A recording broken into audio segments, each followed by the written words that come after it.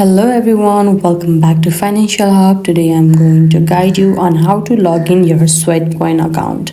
For that, make sure you already have the application on your phone. As you can see, I already have the application. Let's tap in there.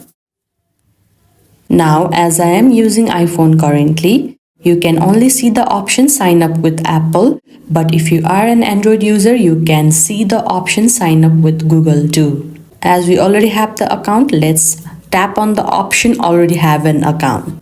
If you are an Android user, you will get the option sign in with your Google account.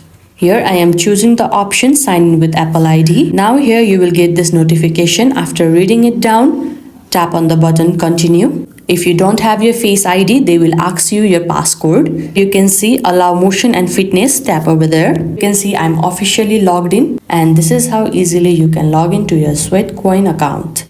I hope this video helped. Don't forget to like this video and subscribe our channel Financial Hub. Thank you.